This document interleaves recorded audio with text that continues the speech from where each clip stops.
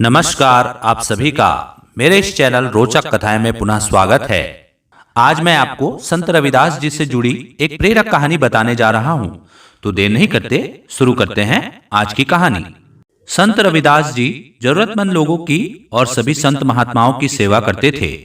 वे जूते चप्पल बनाने का काम करते थे। एक दिन उनकी कुटिया में एक महात्मा आए।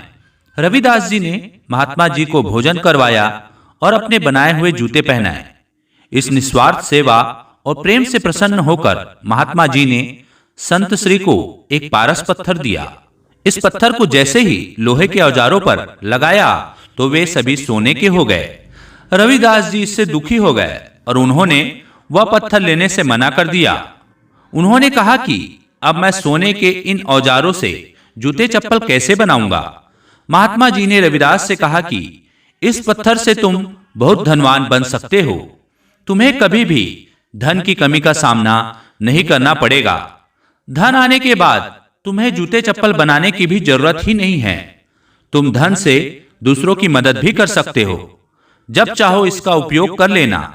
यह कहकर महात्मा जी ने पारस पत्थर उसी कुटिया में एक जगह सुरक्षित रख दिया और वहां से चले गए। करीब 1 साल के बाद फिर से महात्मा जी संत रविदास की कुटिया पहुंचे। उन्होंने देखा कि रविदास और कुटिया की हालत वैसी की वैसी ही है जैसी पिछले साल थी। उन्होंने हैरान होकर पूछा कि वह पारस पत्थर कहाँ है। संत रविदास ने कहा कि वह पत्थर तो वही होगा जहां आपने रखा था। महात्मा जी ने कहा कि तुम्हारे पास इतना अच्छा अवसर था, तुम धनवान बन सकते थे, इसका उपयोग क्यों नहीं किया।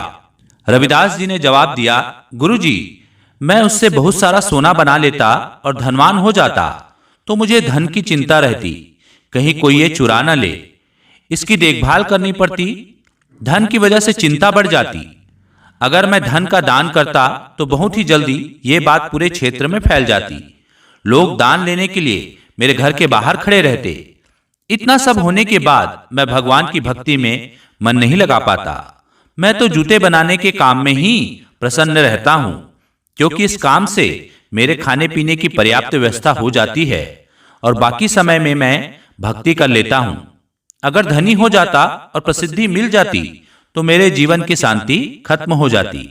मुझे तो जीवन में शांति चाहिए ताकि मैं भक्ति कर सकूं। इसी वजह से मैंने पारस पत्थर का उपयोग नहीं किया।